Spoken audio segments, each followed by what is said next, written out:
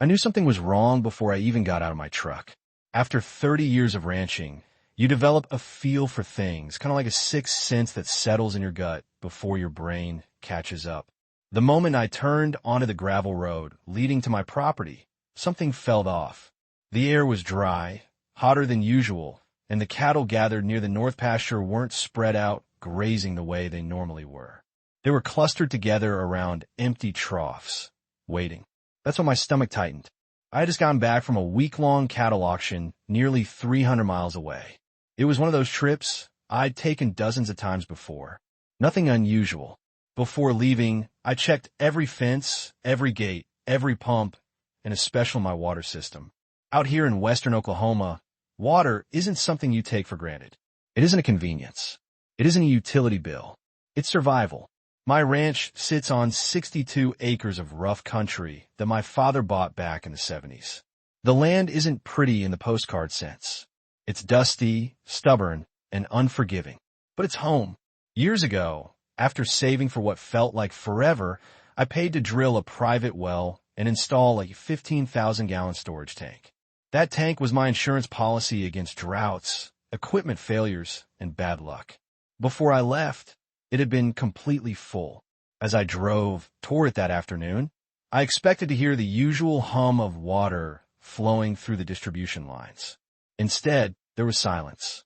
I climbed out of the truck, walked toward the tank, and glanced at the gauge. Empty. Completely empty. Not low.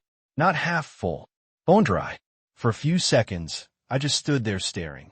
My first thought was a leak. Maybe a pipe had burst underground while I was gone. Maybe one of the pumps failed. Maybe something happened during the heat wave. None of those possibilities made me feel any better, but at least they made sense. Theft wasn't even on my list. Who steals water from a ranch? Then I noticed something that shouldn't have been there. Fresh dirt. A long strip of it. It cut across the edge of my property like a scar. I followed it with my eyes. The trench started near my tank and disappeared toward the neighboring subdivision called Meadow Ridge Estates. Now, Meadow Ridge wasn't exactly my favorite place. It had been built about 8 years earlier when a developer from Dallas decided people wanted luxury homes in the middle of ranch country. Apparently, enough people agreed with him.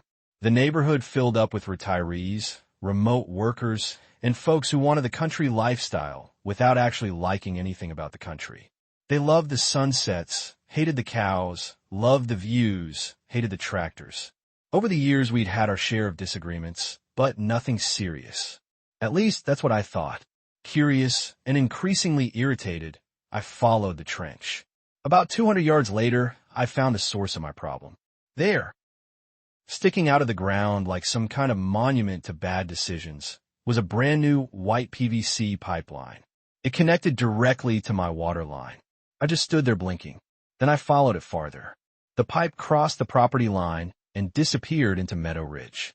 By the time I reached the subdivision fence, I could hear water sprinklers clicking in the distance. Green lawns stretched across the neighborhood. Flower beds looked freshly watered. Decorative shrubs lined every sidewalk. While my cattle stood around empty troughs, somebody was using my water to keep their hydrangeas happy. I wish I could tell you I exploded right then and there. Truth is, I got very quiet. My father used to say that anger is expensive and the smartest man in the room is usually the one talking the least. So I took a breath and headed back toward my mailbox. That's where things somehow got even worse. Sitting inside was an envelope with the Meadow Ridge Homeowners Association logo stamped on the front. I opened it right there beside the road. The letter was signed by HOA President Denise Whitaker. I still remember every word because reading it felt like getting slapped. According to Denise, the HOA board had authorized a temporary connection to my water system to preserve community landscaping during drought conditions. Temporary. Authorized. Preserve landscaping. Those words almost made me laugh. Not because they were funny, but because of how unbelievably entitled they sounded. The letter went on to explain that maintaining property values benefited the entire area and that my cooperation was appreciated. Appreciated. They never asked, never called, never knocked on my door. They simply decided my water belonged to them. Standing there with that letter in my hand, I suddenly remembered a conversation from years earlier. Back when Meadow Ridge was first built, another HOA president had approached me with a request.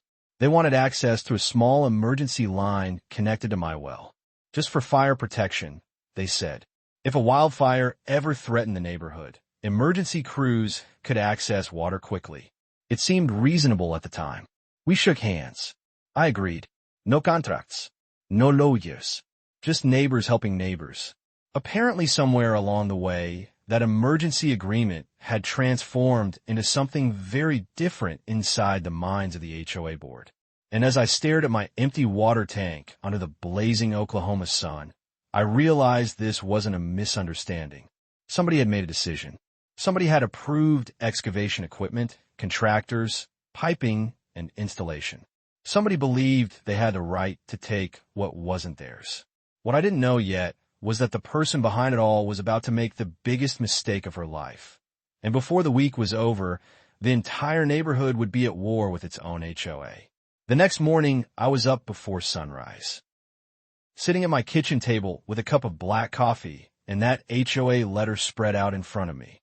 The more I read it, the angrier I got, not because they had stolen the water, but because of how casually they had done it. There wasn't a single sentence that sounded apologetic. No acknowledgement that they had crossed a property line. No mention of asking permission. The entire thing read like they were informing me of a decision that had already been made. That attitude bothered me more than the theft itself. Around 7 o'clock, I called an old friend named Roy Henderson who worked with the Regional Water Authority. Roy had spent most of his life dealing with water rights disputes, and if anyone knew exactly where I stood legally, it was him. After hearing the situation, he started laughing so hard I had to pull the phone away from my ear. "Tell me you're kidding," he finally said. "No, they actually dug into your private line?" "Sure did." There was a pause. "Ethan, they just handed you the winning lottery ticket." By mid-morning, Roy had checked every record available. My well was private. My storage system was private. The emergency fire agreement from years ago had never granted permanent access, ownership rights, or unrestricted usage. Legally speaking, Meadow Ridge had about as much claim to my water as they did to my truck parked in the driveway.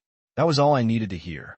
I drove out to the tank, shut off the main valve feeding their unauthorized pipeline, secured it with a heavy-duty lock, and installed fresh no trespassing signs around the property. Then I went about my day. The first phone call arrived before lunch. Then another. Then another. By 3 o'clock, my phone looked like it was having a seizure. The HOA secretary called. A landscaping contractor called. Somebody claiming to represent the HOA attorney called. One resident left me a voicemail explaining that her rose garden was suffering severe stress and demanding immediate restoration of water service. Another complained that brown grass would lower home values. I listened to each message and deleted them without responding. Finally, around 4, I answered one. "Mr. Harper," a woman asked sharply. "This is Melissa from the Meadow Ridge HOA office." "Okay. We've noticed a disruption in community irrigation services." I nearly laughed. Disruption in community irrigation services. What a fancy way to describe stealing water. "Have you?" I asked. "The board would like the connection restored immediately." "I'd be happy to consider that." She sounded relieved. "Wonderful. Just send me the signed contract authorizing your access to my private water supply." Silence. "Excuse me. The contract." More silence. Then she cleared her throat. "I don't believe we have one." "Then I don't believe we have a problem to discuss." I hung up. The next day was when things got interesting. Around noon, a black luxury SUV rolled into my driveway. Out stepped Denise Whitaker herself. Denise was one of those people who somehow looked annoyed even when she was smiling. Perfect hair, designer sunglasses, expensive clothes that didn't belong anywhere near a ranch. She walked toward my porch carrying a clipboard like it was a badge of authority. I met her outside. "Mr. Harper," she said. "We need to talk." "Seems like we do." She didn't waste time. "You cannot simply cut off access to essential water services." I looked around theatrically. "Essential. Our residents depend on it." "For drinking?" I asked. "For landscaping maintenance." I nodded slowly. "So flowers." Her jaw tightened. "Property values matter. So do property lines." That landed exactly the way I hoped. Denise crossed her arms. The board acted in the best interests of the community. Funny thing about that, I replied. I don't live in your community. The conversation went downhill fast after that. She accused me of being unreasonable. I accused her of theft. She threatened lawsuits. I invited her to file one. At one point, she actually said, "The neighborhood has certain expectations." I remember smiling and saying, "So do I." One of them is not having people dig trenches across my ranch while I'm out of town. For the first time, I saw uncertainty flicker across her face. She had expected intimidation to work. It probably worked often inside HOA meetings. It just wasn't working here. Eventually she left, but not before promising legal consequences. As her SUV disappeared down the road, I realized something important. Denise still believed she had leverage. That meant she hadn't fully understood the situation yet. So I decided to help her understand. That afternoon, I documented everything. Every trench, every connection point, every section of pipeline.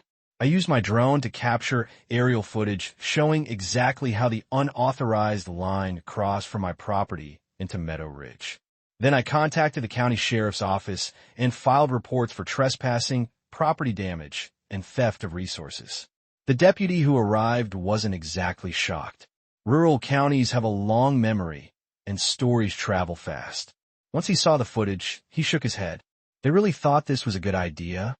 Apparently. That's bold. That's one word for it. The deputy chuckled. I can think of a few others. Word started spreading almost immediately. Small towns are funny that way. You can spend thousands on advertising and nobody notices. But let one HOA steal water from a rancher, and suddenly everybody becomes a reporter. By the following morning, people at the feed store were talking about it. Folks at the diner were talking about it. Even the cashier at the hardware store asked me if the rumors were true.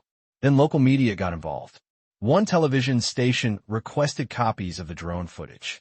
I sent it over.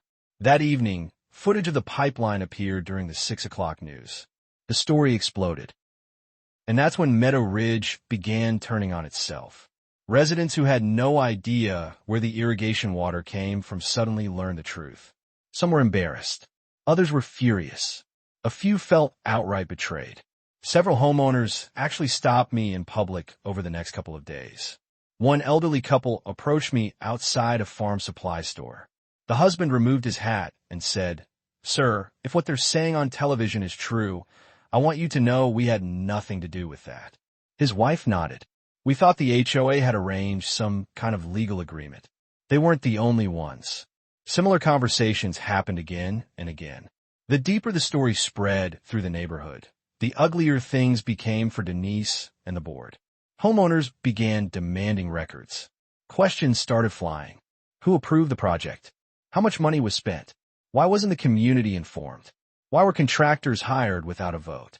Why was private property involved? The answers weren't making anyone happy.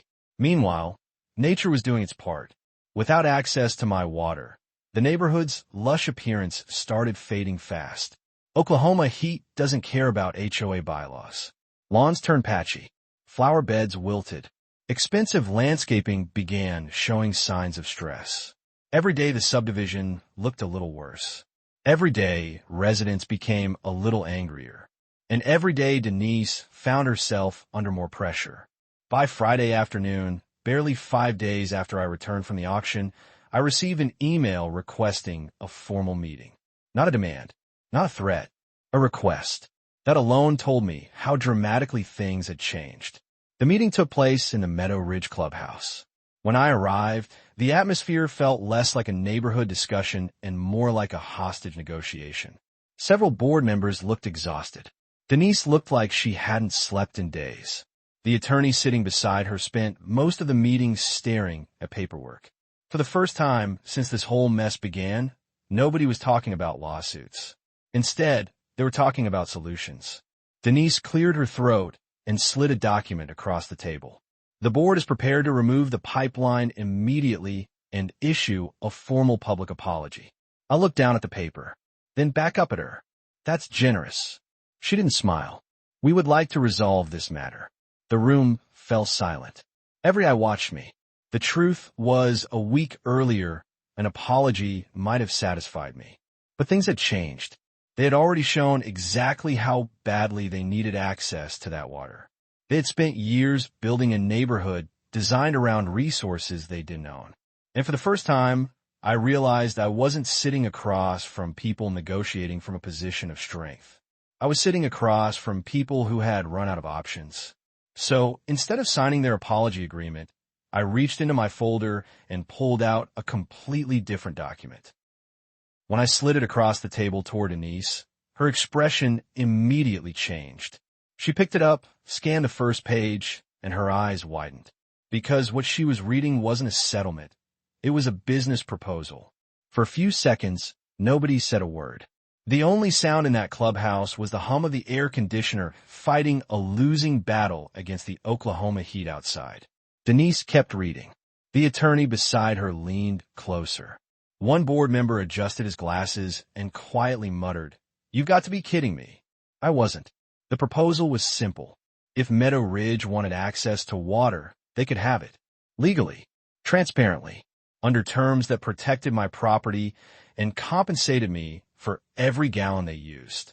$5,000 per month. Strict usage limit. Mandatory metering equipment at their expense. Quarterly inspections. Automatic termination for missed payments or unauthorized expansion. No exceptions. No handshake deals. No assumptions. Everything in writing. Denise finally looked up. "You're charging us?" I leaned back in my chair. "No, I'm offering you a choice." Her face tightened. "This is outrageous." That made me smile. Funny. That's exactly what I thought when I found a trench running across my ranch. A couple of homeowners sitting along the wall actually laughed. Denise didn't. Neither did the attorney. He was busy reading through the contract with the expression of a man who already knew how this conversation would end. After nearly 20 minutes of debate, arguments, and attempted negotiations, the reality became impossible to avoid. Their alternatives were terrible. They could remove the pipeline and spend a fortune redesigning the neighborhood's irrigation system. They could drill their own well, assuming they could even secure permits and survive the costs. Or they could accept the agreement sitting in front of them. The attorney finally closed the folder and looked directly at Denise. Legally speaking, this is probably the most favorable outcome available. The room went quiet again. Denise stared at him as if she hoped he'd suddenly change his mind. He didn't. Eventually she picked up a pen. I still remember that moment. The woman who had marched onto my property days earlier demanding access to my water now sat at a conference table signing a contract to pay for it. One signature, then another. Just like that, the entire situation changed. The unauthorized pipeline was replaced with a legal connection. Professional meters were installed. Monthly payments began arriving exactly as scheduled. And to their credit, after the agreement was signed, most of the residents became surprisingly easy to work with. A lot of them weren't bad people. They had simply trusted the wrong leadership. Over the following months, I got to know some of them better. We'd run into each other at local events, county fairs, and farm supply stores. More than once, homeowners apologized for what happened, even though many of them had never known about the theft in the first place. As for the money, I didn't waste it. The first year's payments helped fund major upgrades around the ranch. New fencing, better pumps, additional storage capacity. Improvements I'd been putting off for years suddenly became possible. In a strange way, the HOA's attempt to take advantage of me ended up helping my ranch become stronger than ever. Denise, on the other hand, didn't fare quite as well. Within a year, she was voted out as HOA president. From what I heard, residents never fully forgave how the entire situation had been handled. The secrecy bothered them. The arrogance bothered them. But more than anything, they hated becoming the laughingstock of the county. And, believe me, people talked about it for a long time. Even today, years later, somebody will occasionally bring it up over coffee and ask, "Remember when Meadow Ridge tried stealing a rancher's water?" Everybody laughs. Then somebody else tells the story again. The funny thing is, when I first discovered that empty tank, I thought the water was the real issue. Looking back now, it wasn't. Water was just the symptom. The real problem was entitlement. Somewhere along the line, A group of people convinced themselves that wanting something badly enough entitled them to take it. They stopped seeing boundaries. They stopped respecting ownership. They stopped asking permission because they assumed permission wasn't necessary. That's a dangerous way to think, whether you're talking about water, land, or anything else in life. Every now and then, I still drive past Meadow Ridge on my way into town. The lawns are green. The flowers look healthy. Sprinklers click away in the evening sunlight. The neighborhood is beautiful, I'll give them that. And every month, right on schedule, another payment arrives. Sometimes I catch myself smiling when I see those perfectly maintained landscapes. Not because I enjoy their expense, but because every blade of grass reminds me of a lesson that some people learn the hard way. If you want something that belongs to someone else, ask. Because the cost of asking is usually a lot cheaper than the cost of assuming. And honestly, that's the part of this story people argue about whenever I tell it. Some folks think I should have accepted the apology and moved on. Others think I should have sued them for everything I could get. Personally, I think accountability matters more than revenge. But that's just me. So now I'm curious what you think. If you came home and discovered your neighbors had secretly been using your property for their own benefit, would you have accepted an apology, taken them to court, or done exactly what I did and turned their mistake into a business deal? Let me know down in the comments. And if you enjoy stories about entitled people finally facing consequences, make sure to like the video, subscribe to the channel, and stick around because trust me, this wasn't the last time somebody underestimated a rancher.